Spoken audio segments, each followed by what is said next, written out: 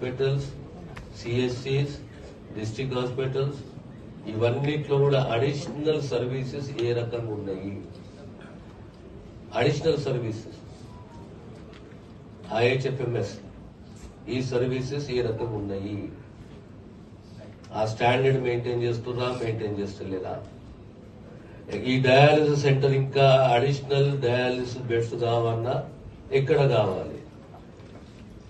Last time నేను Hyderabad visit చేసినప్పుడు వచ్చినాయా? హైదరాబాద్ వచ్చినాయి కదా. ఇంకోటి ఒకటి నారాయణ ఖేడ్కు ఒకటి డెంటల్ చైర్ అవసరం ఉంది. డెంటల్ చైర్ అవసరం ఉంది. చెప్తాను, నేనే చెప్తాను. తొందరపడకు, నేనే చెప్తాను. నేనే గుర్తు చేస్తున్నా నీకు, మరి నాకు గుర్తు చేస్తున్నా ఎట్లా?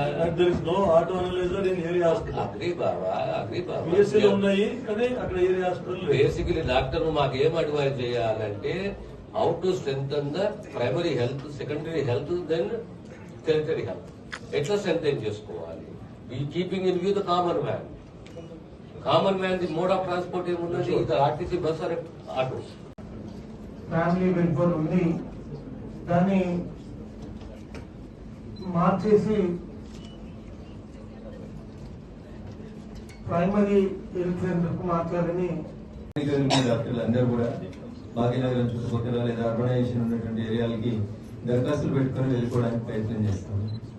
అందుకని నేను మీ ద్వారా రాష్ట్ర ప్రభుత్వం దృష్టికి, మీ దృష్టికి, ఎందుకంటే సంబంధిత మంత్రి మీరే కాబట్టి ముందు ఆ ట్రాన్స్ఫర్స్ చేయడం జరిగింది. కాబట్టి దాన్ని మరి ఎందుకంటే మీరు ఇంతకుముందు చెప్పినట్టుగా 100 75 బెడెడ్ కావడం వల్ల స్ట్రెంత్ తగ్గిపోయింది. డాక్టర్ స్ట్రెంత్, మెడిసిన్ సప్లై అదేవిధంగా బాధ్యత పెట్టాలి. ఇంకొకటి బిఫోర్ ఎలక్షన్స్ కూడా దృష్టికి తీసుకురావడం జరిగింది, కలెక్టర్ దృష్టికి కూడా.